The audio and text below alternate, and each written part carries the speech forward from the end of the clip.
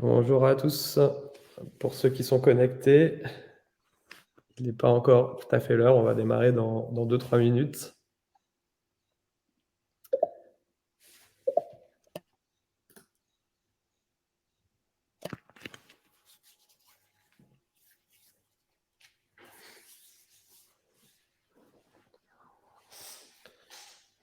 Donc j'en profite pour préciser qu'à droite, dans la colonne de droite, là, vous avez un chat, donc il y en a qui l'ont trouvé déjà. Et puis juste à côté, vous avez un petit bouton questions.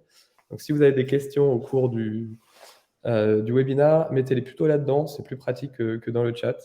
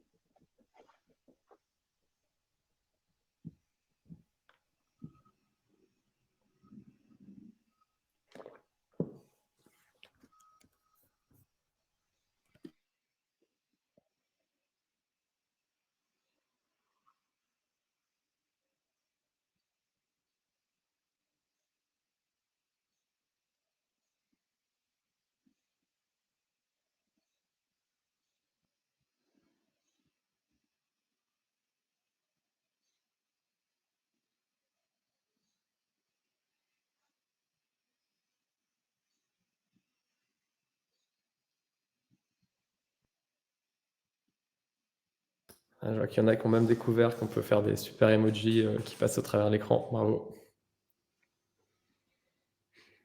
Voilà, très bien.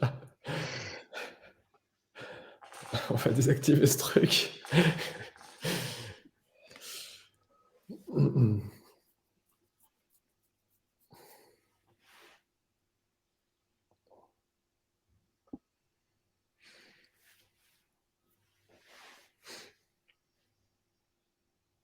Ouais, c'est bien, je pense qu'on est pas mal.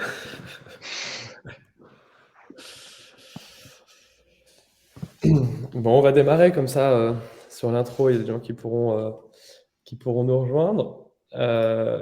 Bienvenue à tous, on va se présenter, mais d'abord l'agenda. Donc aujourd'hui, on est là pour parler de Google Tag Manager server-side, donc du tracking côté serveur.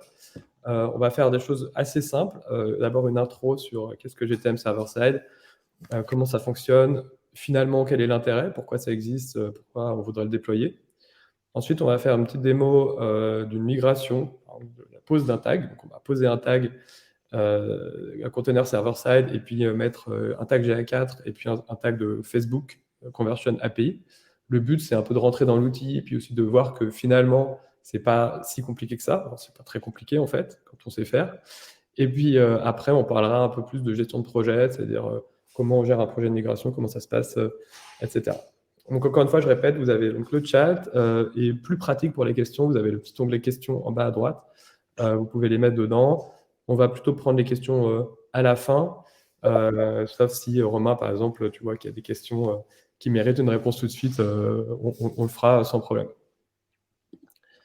Donc pour nous présenter, donc moi je suis Nicolas Cholet, je suis le fondateur d'Unnest, qui est une agence de conseil en data marketing, et je suis accompagné de Romain Amar, qui est lead consultant en tracking, c'est-à-dire qui dirige l'équipe en charge du tracking et de la web analyse chez Unnest.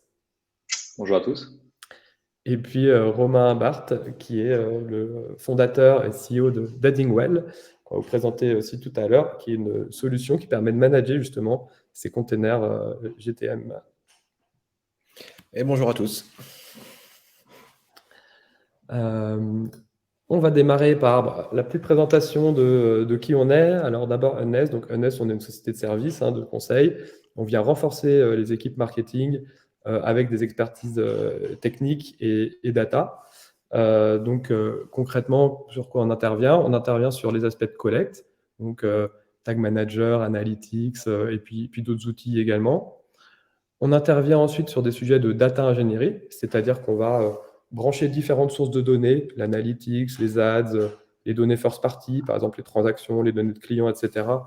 Et on va mettre ça dans un data warehouse. En général, nous, on travaille beaucoup avec Google BigQuery. Et derrière, l'usage de ça, il y en a plusieurs. Le premier usage, c'est tout ce qui est dashboard, donc pilotage, mesure de la performance du marketing digital.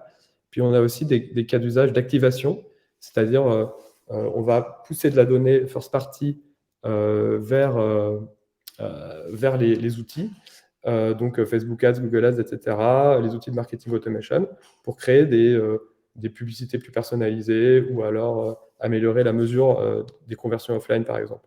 Voilà. Et on travaille avec plutôt des grands comptes, des scale-up ou aussi en sous-traitance de sociétés d'agences. Voilà. On est la société a 1 an aujourd'hui et on est bientôt une petite dizaine. Fin mai, on sera une dizaine. Et côté Addingwell, comme Nicolas le précédait dans l'intro, on est un service managé pour GTM Server-Side. Donc l'objectif, c'est de déployer des infrastructures pour héberger. Et avec la démo de Romain, on verra plus comment ça se passe demain, mais pour vous aider, vous accompagner dans le déploiement de ces projets. Ce qui est surtout à retenir côté plateforme, c'est qu'on est un service manager avec une équipe support, qu'on intègre des fonctionnalités qui permettent d'adresser les grands comptes et surtout des problématiques internationales ou multi-sites. Et on aide le web analyst dans le contrôle de ces différents tags. Aujourd'hui, c'est à peu près une trentaine de clients en France, plus d'1 milliard de requêtes mensuelles qui passent par nos serveurs et qui sont acheminées dans les différents tags qu'on citera tout à l'heure, GA4, Facebook Capi par exemple. Et nous, notre métier, c'est surtout de vous assurer un taux de disponibilité le plus haut du marché pour que chaque donnée, chaque visiteur sur votre site internet, chaque event qu'il déclenche sur votre site internet arrive bien à destination pour améliorer le ROI des différentes campagnes médias. Pour démarrer, ce qui est toujours intéressant quand on parle de GTM Server-Side et surtout équilibrer tout le monde, c'est de remettre un petit peu le point de pourquoi on parle de Server-Side actuellement, pourquoi on parle de GTM plus particulièrement sur le Server-Side et à quoi ça sert. Je pense qu'on a tous des notions, on a tous lu déjà des articles, on a peut-être déjà tous vu quelques vidéos sur ce sujet du Server-Side et l'idée, c'est de remettre tout ça avant de démarrer la démo pour qu'on ait tous le même niveau. Je pense que ça, c'est un constat qu'on peut tous avoir. C'est le sujet autour de la logique liée à la data que vous visualisez à l'intérieur de vos outils tous les jours. Et donc ça, vous l'avez, je me connecte à Google Analytics, j'ai une impression, j'ai un sentiment de données qui n'est pas forcément la bonne. Je regarde les outils ou les rapports de DataVis en attribution marketing, j'ai aussi une impression de manquer de data. C'est normal, ce n'est pas que lié à un contexte légal qu'on a tous en tête et notre fameux RGPD, c'est plutôt la tendance actuelle du marché de la data. Si on revient sur ce point pour vraiment bien mettre tout sur un seul axe, on a dans ces problématiques de data 2 éléments assez forts. C'est un cadre légal à respecter, on en a parlé, le RGPD. Depuis le 31 mars, on a notre bandeau de consentement qui joue son rôle en permettant ou pas à l'internaute d'être suivi, traqué, avec différentes finalités. C'est un des sujets qu'on n'abordera pas aujourd'hui, puisque l'idée du server-side est bien, c'est pas de vous rendre des pirates, enfin de vous prendre pour des pirates du web et de traquer tout ça illégalement. L'idée, c'est bien sûr de respecter cette partie consentement, mais c'est plutôt de naviguer dans les nouveaux contraintes, dans les nouvelles contraintes, dans les nouveaux éléments qui sont liés à l'environnement technique. L'environnement technique, c'est quoi? Ça existe depuis un moment, c'est les adblocks qui sont intégrés sur différents navigateurs et qui aujourd'hui peuvent bloquer à tort ou à raison des sujets de tracking, y compris des outils d'analytics traditionnels qui permettent juste le comptage de nombre de visites sur votre site internet. On a toute la brique qui est liée à ITP, on en parle beaucoup, tout le monde parle beaucoup de Safari iOS avec le blocage des cookies tiers et la durée limitée des cookies first. Il faut savoir que cette partie Safari iOS, elle est plus large que celle-là, elle est WebKit, elle est Firefox aussi. Je pense qu'en France, on parle beaucoup de Safari parce que c'est l'un des navigateurs qui est puissant sur le marché. On a tendance à oublier qu'on a quand même des parts de marché chez d'autres navigateurs qui sont exploités là-dessus. Et donc là, on perd de la donnée. C'est-à-dire que quand c'est un cookie tiers, on perd 100% puisqu'il n'est pas appelé. Et quand c'est un cookie first, en fonction de l'implémentation, on va avoir des durées de traitement, des durées d'analyse qui vont varier entre 24 heures et 7 jours. Et donc là, on peut se retrouver effectivement bloqué. dans les logiques d'attribution multitouche, par exemple. Si mon cookie est remis tous les jours à 0 à 24 heures, c'est très compliqué de faire de l'attribution multitouche. Et on a tous en tête, et ça c'est intéressant, c'est qu'on parle tous beaucoup en ce moment du server-side parce qu'on a Chrome qui a annoncé la fin des cookies dans son navigateur en 2023, alors précédemment fin 2021, puis repoussé une deuxième fois, une troisième fois avec les éléments. Mais on voit tous aujourd'hui dans nos outils, j'ai l'impact GDPR que je peux quantifier dans ma CMP, combien il me manque de cookies, et j'ai de l'autre côté une fin prévue des cookies tiers. Sauf qu'entre deux, ma data, elle n'est déjà pas terrible dans les outils, et c'est pour ça qu'on va parler de server-side. L'idée du server-side, et tout à l'heure Romain et Nicolas en parleront encore mieux que moi, mais c'est vraiment de s'accrocher, d'aller sur cette partie-là en disant, en passant un tracking, en reprenant la main sur mon tracking et en utilisant des technos server-side, quelles qu'elles soient, je vais être en capacité de préparer le futur 2023. Je vais être capable de redresser, de récupérer des données fiables pour mes navigateurs, pour mes internautes utilisant Safari ou iOS. Et je vais être aussi en capacité de faire passer de la donnée, bien que mon internaute soit équipé d'un adblock. Donc, c'est de ça dont on parle aujourd'hui et c'est de ça dont on va vous faire la démonstration. Si je prends un exemple au quotidien dont on parle souvent, c'est Facebook. Facebook, on a depuis cet été l'impression que les CPC sont en croissance. On a l'impression que le ROAS des campagnes est moins bon. Alors, ça peut être le cas. Il y a des campagnes, toutes les campagnes ne fonctionnent pas, bien évidemment. Mais si vos campagnes fonctionnaient avant et ne fonctionnent plus maintenant, c'est plutôt une raison de data et pas forcément une raison du réseau social qui est intégré. Je dis Facebook, c'est Instagram aussi, c'est Meta, c'est le même principe. C'est que pour fonctionner, les algos de Facebook ont besoin de votre donnée pour deux éléments, soit pour attribuer les ventes via Facebook Business Manager, il faut leur envoyer les ventes, soit pour améliorer l'algorithme lookalike, pour améliorer leur algorithme de campagne en retargeting ou en lookalike, vous avez besoin de leur fournir des données de visiteurs issus de vos sites internet. Aujourd'hui, si on reprend le schéma que je vous ai présenté juste avant, on se retrouve aujourd'hui avec entre 20 et 40% de données en moins parce qu'il n'y a pas eu le consentement. Ensuite, la donnée des navigateurs et des internautes équipés d'adblock ne passera pas non plus chez Facebook. Et depuis, effectivement, ITP et les différentes moutures iOS, on a du mal aussi à transmettre la donnée de ces internautes-là. Et donc, en fait, aujourd'hui, on a Facebook qui a d'un côté du mal à attribuer ses propres ventes pour vous mettre dans Business Manager les bonnes données d'attribution. Et d'un autre côté, il a du mal à faire tourner les algorithmes parce que vous leur transmettez trop peu de données. Et donc, c'est ce point-là qu'il va falloir changer. Et c'est ce point-là qu'on va évoquer côté server-side, c'est comment aujourd'hui je passe d'un monde client-side vers le server-side. Et l'idée, à travers un petit schéma, c'est toujours plus intéressant de comprendre pourquoi on en est arrivé là. Du coup, on va là d'abord en introduction technique expliquer un peu comment fonctionne GTM server-side, mais d'abord effectivement comment fonctionne GTM classique, on va dire. Donc Google Tag Manager, là que vous voyez en haut à gauche, en réalité c'est quoi? C'est un container qui va essentiellement charger les tags dans les bonnes conditions, donc au bon moment. Donc il va charger le tag de Facebook, le tag de Google Ads, le tag de Google Analytics, etc. Et finalement, il ne fait que ça. C'est-à-dire, vous avez des triggers qui font que il va charger un tag quand il y a une conversion, quand il y a une page vue, ce genre de choses. Mais à la fin, c'est bien le tag de la third party qui est chargé. Donc la conséquence, c'est que Facebook va poser un cookie, collecter un ID, collecter le navigateur, par exemple. TikTok va faire pareil, Google Ads va faire pareil, etc. Et donc, au final, vous avez plein de tags qui sont chargés. Donc, c'est un premier impact sur la performance. Ensuite, en fait, ils collectent chacun souvent un peu la même chose, donc c'est assez redondant. Et enfin, vous ne savez pas exactement ce que les tags collectent. C'est-à-dire qu'en fait, TikTok ne vous dit pas précisément ce qu'ils collectent. C'est assez compliqué de savoir comment ils le réutilisent entre leurs services. Donc, d'une certaine manière, dès que vous mettez un tag sur votre site, vous laissez une porte ouverte à des tiers pour l'utiliser de manière finalement un peu comme ils veulent, quoi. Le GTM server-side, c'est assez différent. Donc, en gros, à gauche, vous avez votre site web. Donc, sur votre site web, vous avez toujours un conteneur Google Tag Manager classique, on va dire. Mais au lieu d'avoir les tags de chacun des partenaires, vous avez un seul tag de collecte. Ce tag de collecte, il va déposer un ID, il va prendre le user agent, il va collecter les événements, les pages vues, etc. Et en fait, il envoie ça vers le container serveur. Donc, vous avez après la GTM server container qui lui en fait va écouter les événements qui arrivent.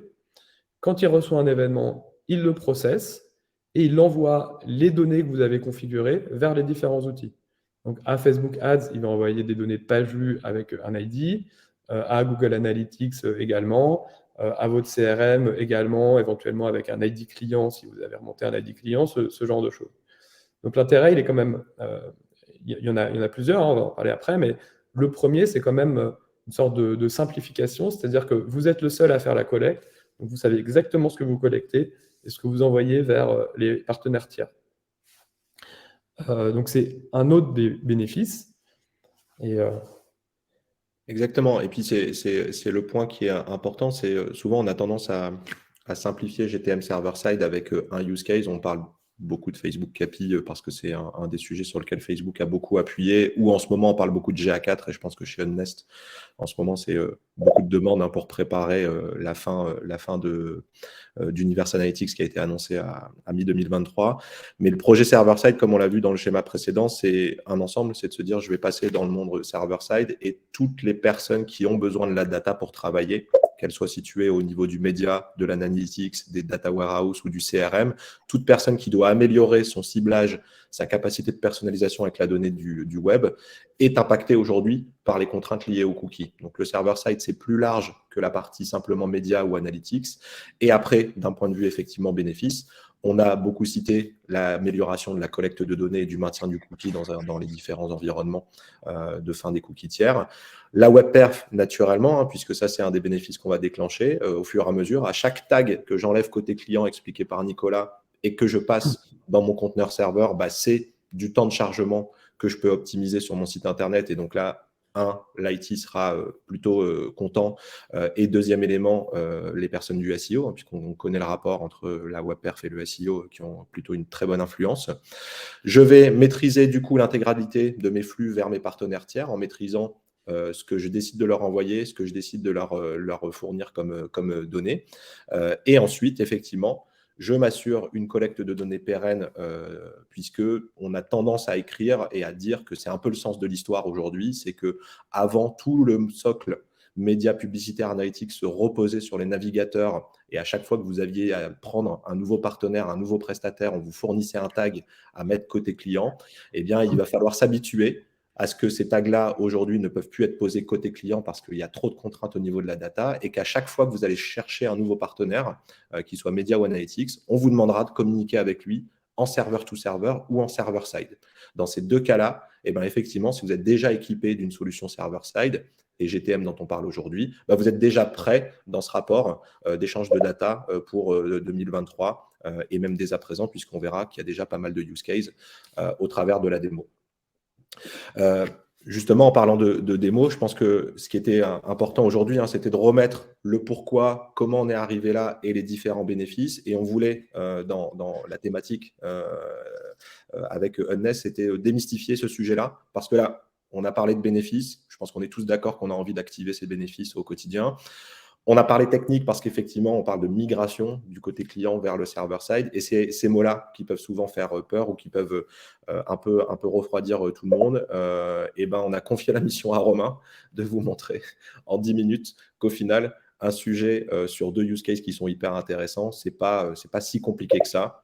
Et alors là, vous n'hésitez pas dans le chat à commenter si c'est trop compliqué.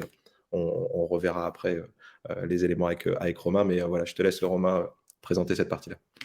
Peut-être, on a des questions, je ne sais pas, Romain, si tu veux on peut peut-être les traiter tout de suite, ou alors on attend la fin, je ne sais pas.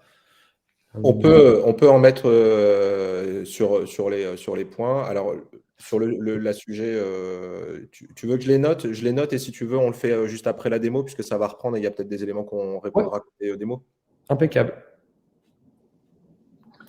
Super, donc on va du coup passer à la démo. Alors, je vais partager mon écran.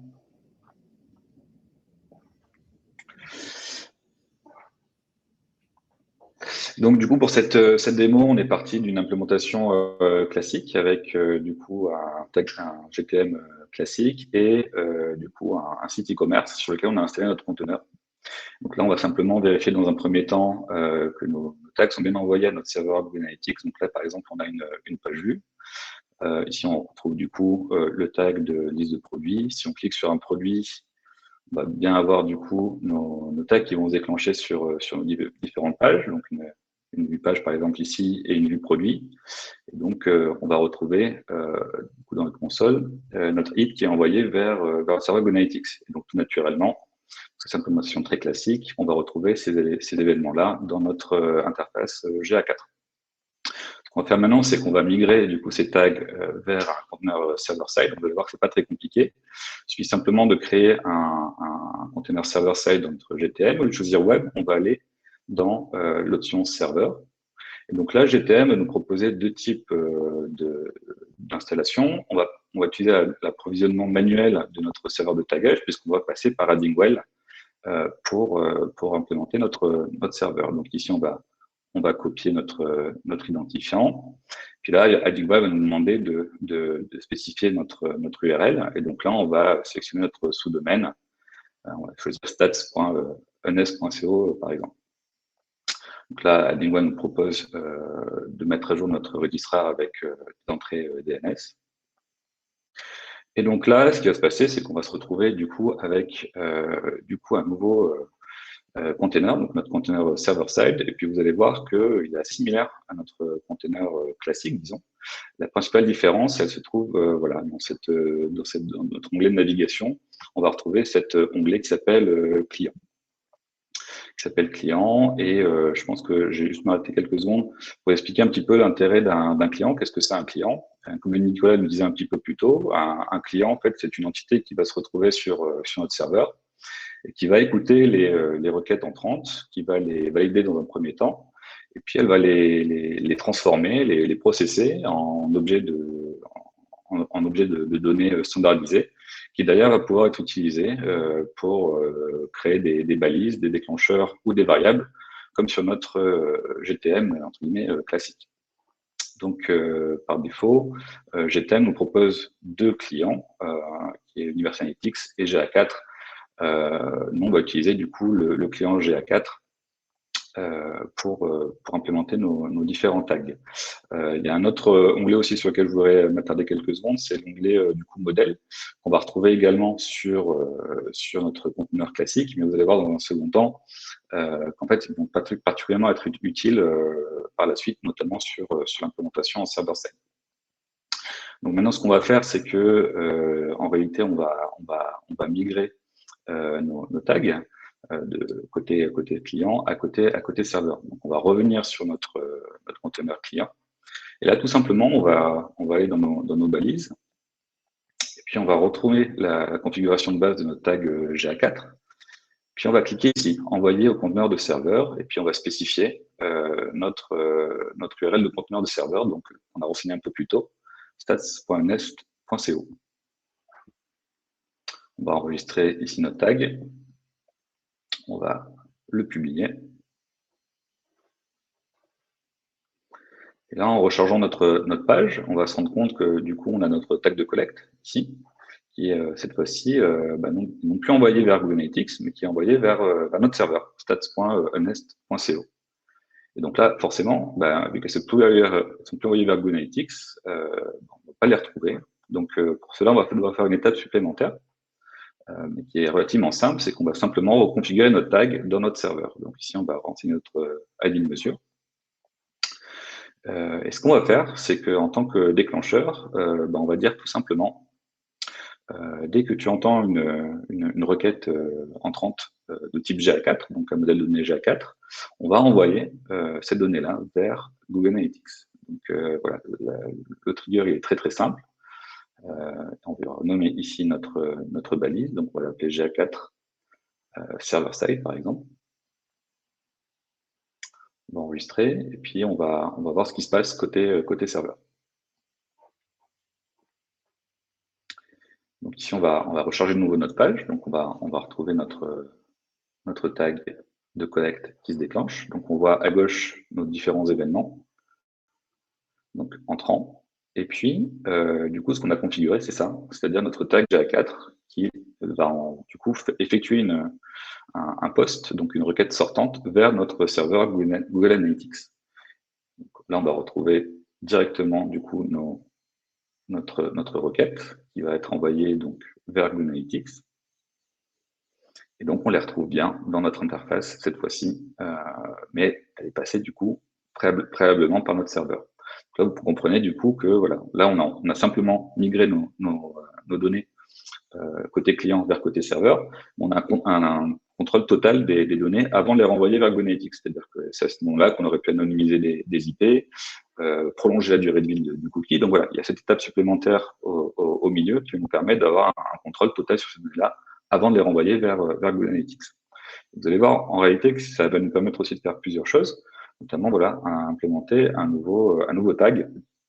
Donc là, on va passer sur l'implémentation du tag Facebook Conversion API. Donc là, c'est à ce moment-là que je vais retourner sur l'onglet modèle, qui est alimenté par la communauté par la communauté GTM, qui a créé du coup ce modèle-là de Conversion API de Facebook. Donc là, on va l'ajouter à notre espace de travail. Vous allez voir qu'en quelques clics, on va pouvoir configurer notre tag Facebook Conversion API. On va retourner dans notre onglet valise, puis on va configurer maintenant notre tag Facebook. Donc là, ce qu'on va faire, c'est qu'on a un choix entre plusieurs paramètres. On va simplement choisir les paramétrages par défaut. Puis on va sélectionner du coup les paramètres nécessaires pour notre tag Facebook, c'est-à-dire le token API, le pixel ID et le test ID. Donc on peut alimenter, donc enrichir notre tag si on le souhaite. Là, on va simplement l'envoyer directement et puis on va choisir le même élément, donc le même déclencheur, c'est-à-dire dès qu'on entend une requête HTTP entrant GA4, ben en fait on va mapper ça avec notre tag Facebook. Donc là on va regarder ce qui se passe côté serveur de nouveau, on va recharger la page. Donc là on va avoir une vue produit par exemple, et puis on va faire un ajout au panier. Donc on va avoir deux événements ici, avec deux tags de collecte, un sur le produit, l'autre sur l'ajout au panier. Puis on va retrouver du coup ces éléments-là du coup dans notre serveur. Simplement, voilà, ce qu'on a fait, c'est qu'on va envoyer le premier vers GA4 et le second vers Facebook, vers notre serveur Facebook. Donc là, on retrouve bien la nomenclature Facebook, view page, view content et add to cart. Donc voilà, en quelques clics, on a réussi à créer notre tag Facebook. Puis là, je voulais simplement vous montrer effectivement que c'est pas si compliqué grâce à la communauté du coup au modèle. Si on va sous le capot un petit peu, qu'on regarde comment ça se passe, en fait, le code de notre template nous a facilité énormément le mapping, puisque voilà, ce qu'on fait, c'est qu'à chaque événement rentrant, on a nos événements GA4 qui sont mappés à nos événements Facebook. Et donc, en réalité, en quelques clics, juste en suivant ces instructions-là, on a réussi à créer notre tag Facebook API. Donc, voilà, en quelques secondes, voilà, en moins de 10 minutes, on a pu configurer notre tag GA4 côté serveur et notre tag Facebook côté serveur également. Je passe la main du coup à Nicolas. Oui, merci. Attendez, comment je remets la presse? Voilà. Donc là, bah, c'était une présentation, disons, à la fois assez rapide, mais en même temps, on ne voulait pas tuer les gens qui n'ont pas l'habitude de ce genre d'interface. Donc le but quand même, c'est de donner un premier aperçu et de montrer finalement qu'en quelques minutes, là, on vient de passer d'un tracking GA4 classique à un tracking server-side. Donc on a à la fois installé le serveur conteneur, on l'a déployé sur notre sous-domaine stat.unnest.co grâce à Addingwell.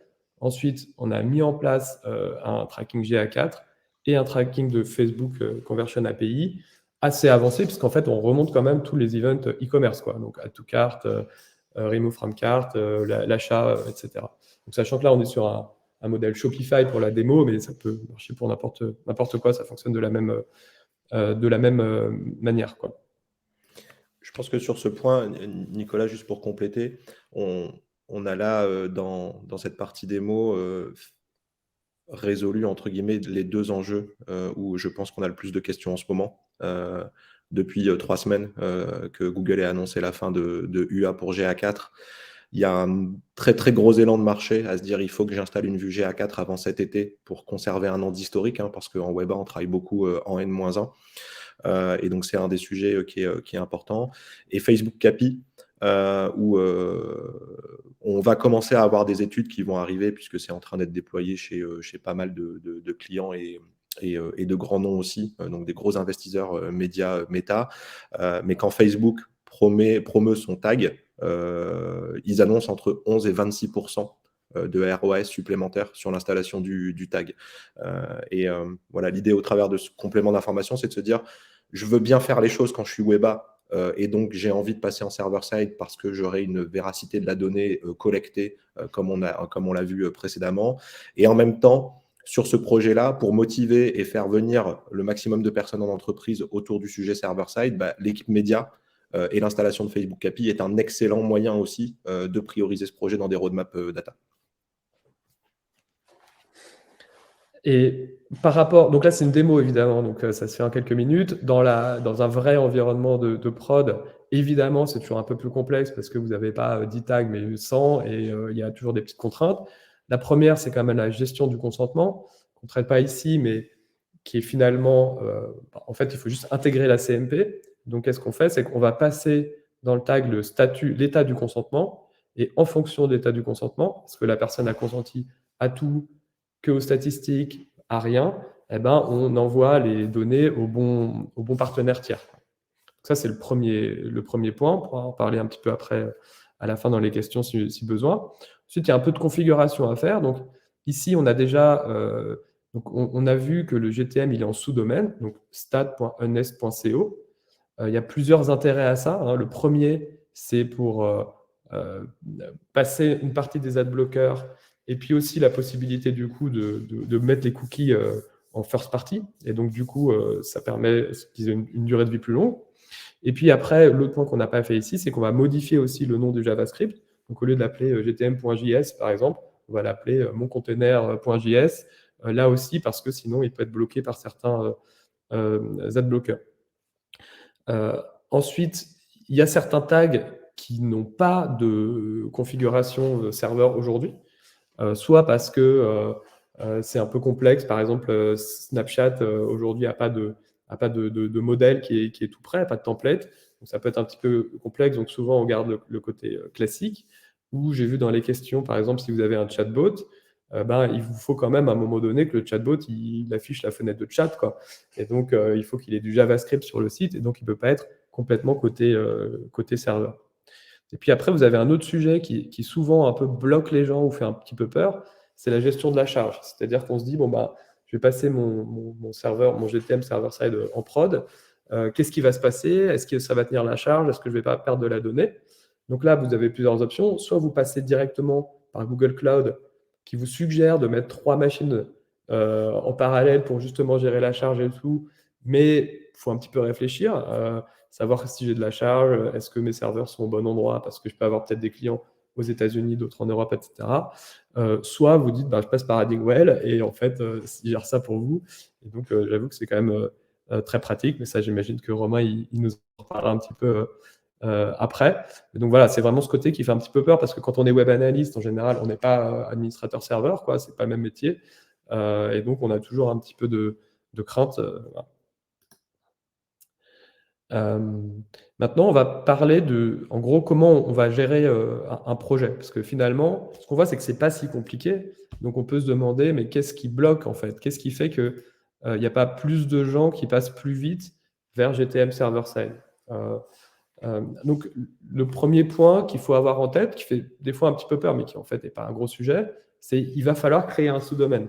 Là, on l'a un petit peu passé, mais à un moment donné, il va falloir envoyer un mail à votre administrateur serveur ou à votre infra ou autre, en disant, voilà, il faut créer un sous-domaine, par exemple, tracking.mondomaine.com, et donc, voilà les infos. C'est un prérequis. En fait, en réalité, c'est pas compliqué, et puis de toute façon, en général, vous devez le faire pour pas mal d'autres choses. Le deuxième point, c'est qu'il faut inclure les gens qui gèrent le paid, que ce soit à l'agence ou en interne. Pourquoi? Parce qu'en fait, ils vont devoir participer au projet de migration, parce qu'on va mettre le tag de Facebook Conversion API, par exemple. Donc, ils vont devoir vérifier la remontée des données, comparer avec le tag classique, ce genre de choses. Donc, c'est important qu'ils soient dans la boucle le plus tôt possible. Et ensuite, nous, ce qu'on recommande, c'est de migrer les tags un par un. C'est-à-dire qu'en fait, souvent, on va placer GTM server-side, on n'enlève pas GTM classique, et on va mettre d'abord le tag GA4 en server-side. Ensuite, on met Facebook Conversion API en parallèle de la version classique. On mesure les écarts, puis après, si besoin, on coupe la version classique, etc. Donc, faire les choses, disons, progressivement. Puis ensuite, on a deux sujets qui ont des sujets de gouvernance, c'est-à-dire que comme GTM classique, en fait, il va falloir le faire évoluer. Et nous, ce qu'on constate souvent, c'est que c'est un des points bloquants, c'est un des points qui fait un petit peu peur, c'est-à-dire que, par exemple, votre agence de paid, il sait gérer un tag Google Ads dans GTM, mais en fait, ils ne savent pas toujours le faire sur GTM server-side, et donc ils ont un petit peu peur, ils vont être un peu frileux et bloqués pour ces raisons-là, parce qu'ils ont peur de perdre en autonomie, quoi.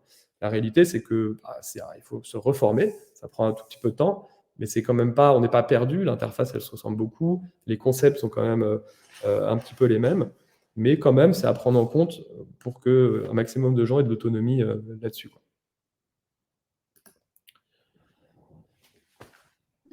Si on se fait une petite conclusion, et en plus ça reprend différents éléments sur lesquels je suis en train de répondre dans la partie question.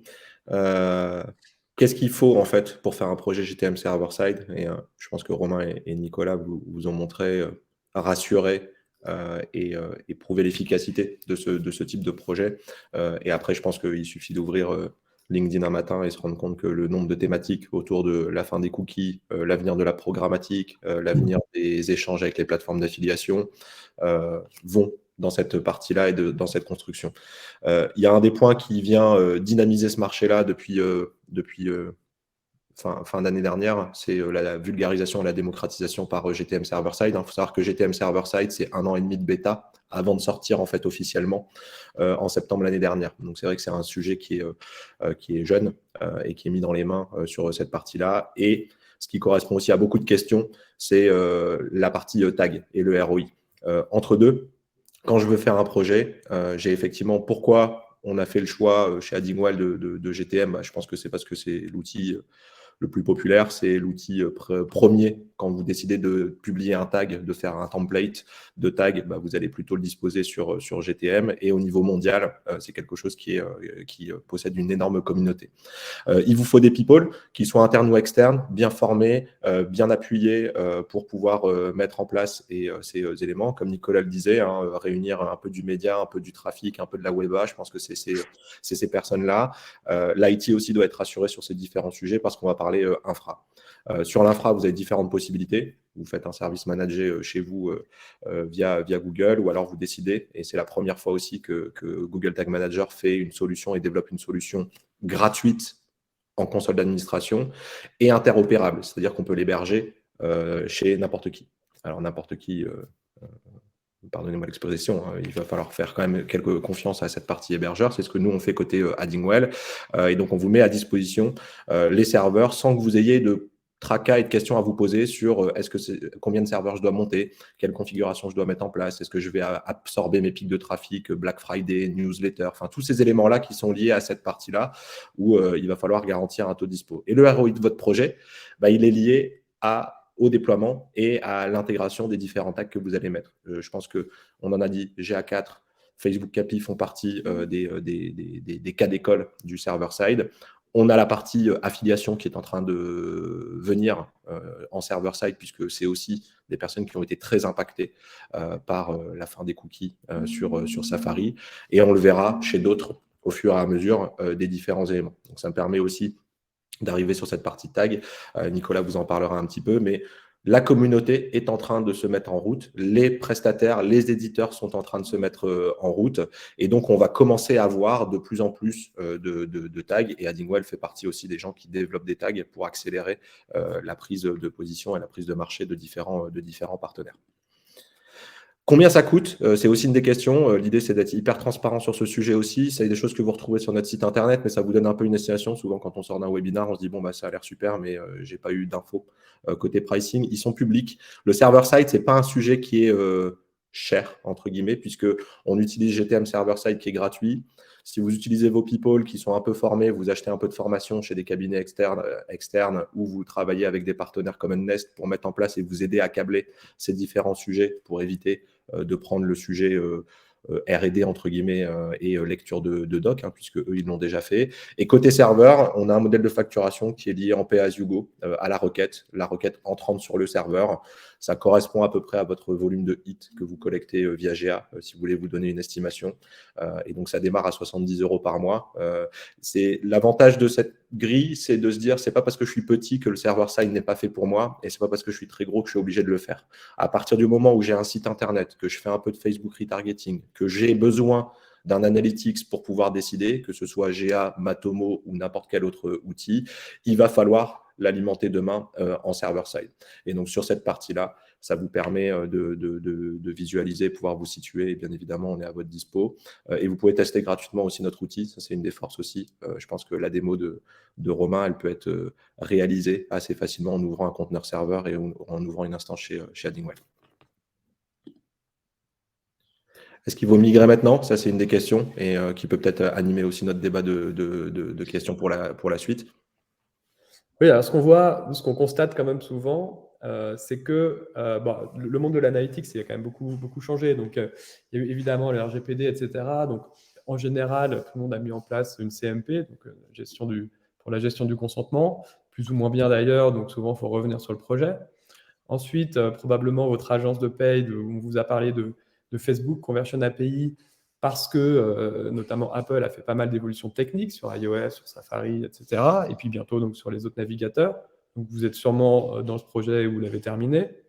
Ensuite, maintenant, on vous explique que Google Analytics va finir par s'arrêter en juillet 2023.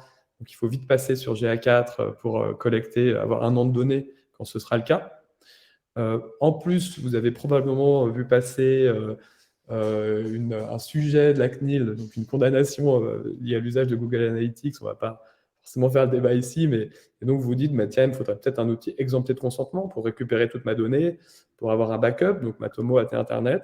Et là, on arrive avec un sujet en plus, qui est GTM Server-Side. Pour moi, vous avez un peu deux options, Soit vous les prenez un par un et puis vous faites votre roadmap, soit vous le prenez plutôt dans l'autre sens, vous remettez à plat, vous dites, on passe en server-side, on en profite pour remettre en plat la collecte, c'est-à-dire quels sont mes besoins en interne en termes d'analyse, quels sont mes besoins en termes de tag de marketing, et puis on profite de ce projet pour tout remettre à niveau en fait. Parce que de toute façon, que vous le vouliez ou non, le tracking server-side, vous y passerez dans les 2 ans qui viennent, à mesure que les données vont s'éteindre et que tous les tags auront des conteneurs faciles à déployer, etc. C'est ma vision. Après, chacun fait comme il l'entend. Mais on va passer aux questions-réponses. Peut-être juste une déjà, que j'avais évidemment un petit peu préparée, mais qui sont en fait, quels sont les tags aujourd'hui qu'on voit déployer, ceux qui existent, Donc, en fait, vous avez déjà des tags de tracking. Donc, évidemment, il y a Google Analytics, UA et GA4 qui sont natifs. Il y a Matomo qui est intéressant parce que Matomo étant exempté de consentement, en gros, vous avez Matomo server-side, vous avez quand même quelque chose de très robuste pour vous donner la vision exacte du nombre de visites avec les sources et par exemple le nombre de conversions. Je trouve que Addingwell a développé un modèle là-dessus, donc c'est assez simple à déployer. Ensuite, vous avez évidemment Google Ads et Floodlight qui sont les 2 trackings de pub de Google. Facebook Conversion API, on l'a vu. Ensuite, vous avez pas mal de régies pub, TikTok, Criteo, Awin, etc. Snapchat, aujourd'hui, le conteneur n'existe pas en server-side. Ce n'est pas impossible, mais ce n'est pas si trivial que ça. Et LinkedIn, il y avait la question, à ma connaissance, il y a des tags, mais pas serveur. Ça doit être faisable aussi. Mais s'il n'y a pas de tag, c'est peut-être que ce n'est pas si simple. En tout cas, tout le monde finit par y passer assez vite, Et puis ensuite, vous pouvez avoir d'autres outils. Donc, des outils du type CRM, Spot, Intercom, Klaviyo, Mailchimp, etc. Donc là, l'idée, c'est plutôt pour envoyer des infos d'analytics et de tracking vers ces outils. Ça n'empêche pas, comme on disait, si vous avez un chat qui doit afficher une fenêtre de chat, de toute façon, il faudra charger un JavaScript, donc vous devrez le faire côté client. Et puis là, j'ai mis un exemple, un truc qui est assez fantastique quand on aime la data, qui est écrire vers BigQuery. Donc là, c'est vraiment, vous pouvez, plutôt que d'envoyer les données vers des outils, les stocker directement dans une base de données de Google, en fait, qui est BigQuery, et derrière, imaginez plein de cas d'usage, d'analyse, propre outil d'analytics, etc. Donc, en gros, il n'y a pas encore tous les tags. Il y en a déjà quand même pas mal qui sont disponibles, et les prochains vont venir assez vite. Ce qui manque encore, c'est plutôt les partenaires tiers qui, en général, n'ont pas la capacité de recevoir les appels serveurs, ou en tout cas pas dans les bonnes conditions, quoi.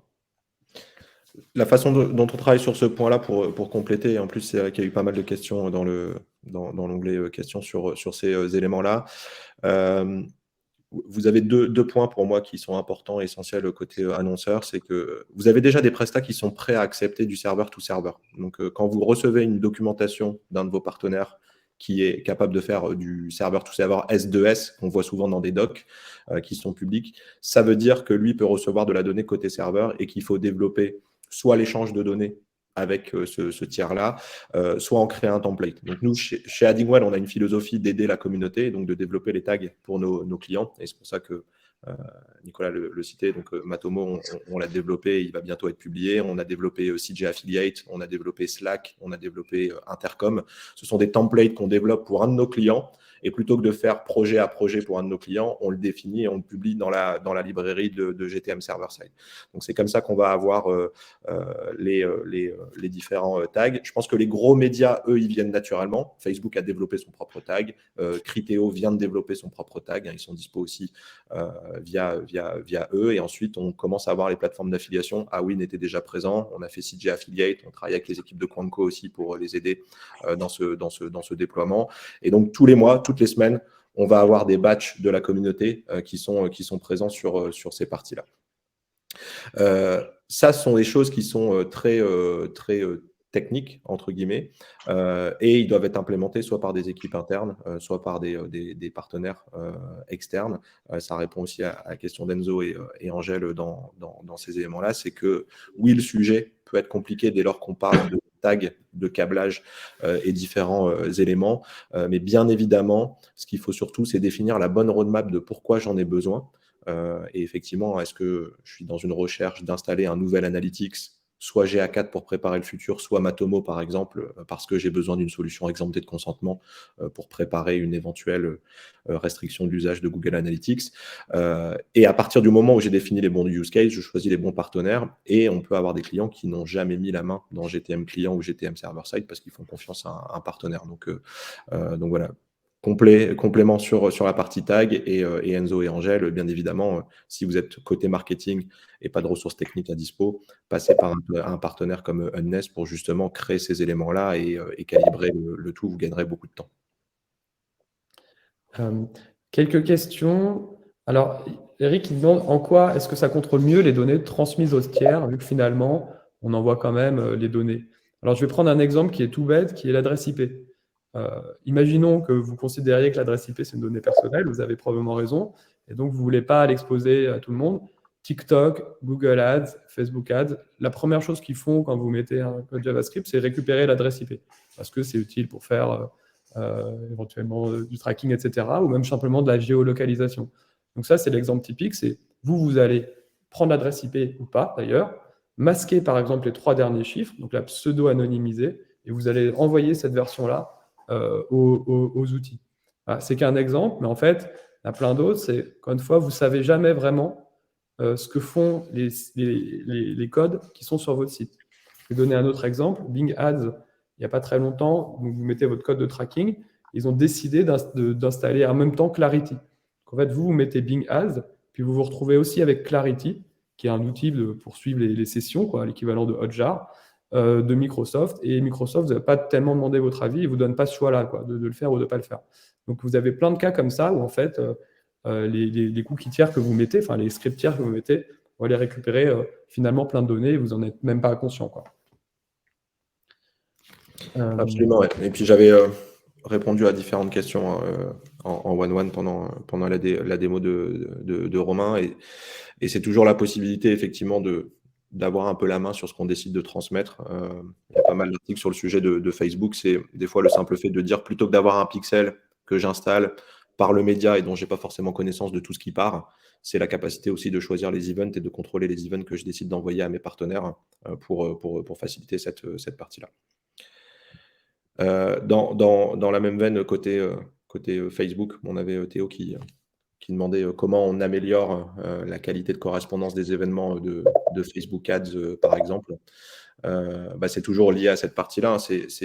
C'est plutôt la question de l'amélioration sur ces points-là. C'est qu'est-ce qu'aujourd'hui je n'envoie pas à Facebook de par les restrictions qu'on a vues en début de présentation, à qu'est-ce que j'envoie aujourd'hui et qui effectivement sont des données qu'ils n'avaient plus ni pour matcher les users pour l'attribution, ni pour améliorer les visiteurs et donc le lookalike. Ça, c'est assez global hein, du server-side. C'est que toute solution qui, est ce que je disais en milieu de présentation, hein, qui utilise de la donnée entre guillemets cookifiée et qui a besoin d'être une donnée qui va bouger dans le temps, aurait besoin d'être alimenté par le server-side. On cite beaucoup les outils d'attribution marketing aussi. Moi, j'en ai cofondé un, donc j'ai beaucoup travaillé chez Masberry Easyance, par exemple. On travaille beaucoup avec des partenaires comme Tracad, qui sont des outils qui utilisent la donnée de GA pour créer du data studio, pour créer des algorithmes d'attribution multitouche. Dès lors qu'on a un cookie qui est maintenu que 24 heures, ces outils-là peuvent être impactés dans l'usage de la data en passant votre vue, votre propriété GA en server-side, en quelques clics comme Romain l'a montré, on va tout de suite déverser dans ces outils-là une meilleure data. Et donc, que ce soit vos data scientists qui travaillent la donnée de score ou d'attribution en interne, que vous utilisiez une solution qui fait de l'analyse ou du rétro-engineering sur de la donnée cookifiée, eh bien, vous allez tout de suite améliorer des KPI assez simples, le nombre de touches moyen par conversion, le ROAS, le ROI ou le CPA de vos algorithmes multitouches. Et donc, c'est là où, encore une fois, c'est un nouvel exemple, un nouveau terrain de jeu sur lequel on peut travailler. Peut-être avant de répondre à d'autres questions, parce que je pense qu'il y en a qui vont partir, je voudrais quand même juste vous partager un lien vers en fait, on a créé une communauté Slack qui s'appelle Data for Marketing, dans laquelle je vous invite à vous inscrire. Hop, je vous l'envoie. Parce que on doit être 250 à peu près maintenant. Hop, je vais l'envoyer là. Donc, vous avez reçu un petit bouton là. Donc c'est une communauté Slack et dans laquelle il y a pas mal de gens qui font de la data pour le marketing digital et vous pouvez poser vos questions aussi. Il y avait une question de William, un peu technique. Enfin, comment ça fonctionne pour récupérer les variables du data layer qui existent déjà en fait côté JavaScript? En fait, ça ne change rien. C'est-à-dire qu'en fait, on les récupère toujours avec le conteneur GTM classique, quoi. Et simplement, on envoie les données dans notre hit qui part vers le container serveur. Donc en fait, c'est quand même un des autres avantages, c'est que votre data layer préexistant, il est toujours utilisable, vous n'avez pas à le modifier. Et dans la démo de Romain, on avait un data layer d'e-commerce. Il est déjà dispo et prêt, quoi. On a une autre question donc, sur les outils analytics pour être conforme CNIL, etc. C'est un autre sujet. On fera effectivement, je pense, un webinaire de présentation de Matomo, éventuellement Data Internet aussi. Pourquoi ces deux-là? Parce qu'aujourd'hui, c'est un peu en tout cas les deux qu'on privilégie. Matomo parce qu'il est open source ou alors très peu cher. Data Internet parce qu'il est un peu plus cher, mais très bien. Très complet en tout cas. Et donc après, il y en a d'autres aussi. Mais on fera un webinaire dédié à Matomo pour présenter un peu comment ça marche et tout ça. Sur les autres questions, moi j'ai pas mal répondu sur le chat en direct et sur ces points. Et je pense qu'effectivement le sujet Analytics pourrait être une super thématique pour un prochain webinaire et surtout que faut suivre l'actualité chaque semaine, hein, mais ça bouge chaque semaine. Je pense qu'on peut réafficher aussi nos coordonnées pour ceux qui ont envie d'aller un peu plus loin. Moi, j'ai reçu quelques notifs Slack de création de workspace sur Addingwell, donc je pense qu'il y a quelques personnes qui sont déjà en train de tester et qui vont essayer de répliquer la démo de Romain. Donc, bien évidemment, moi, mes équipes, elles sont à dispo et moi-même pour poursuivre.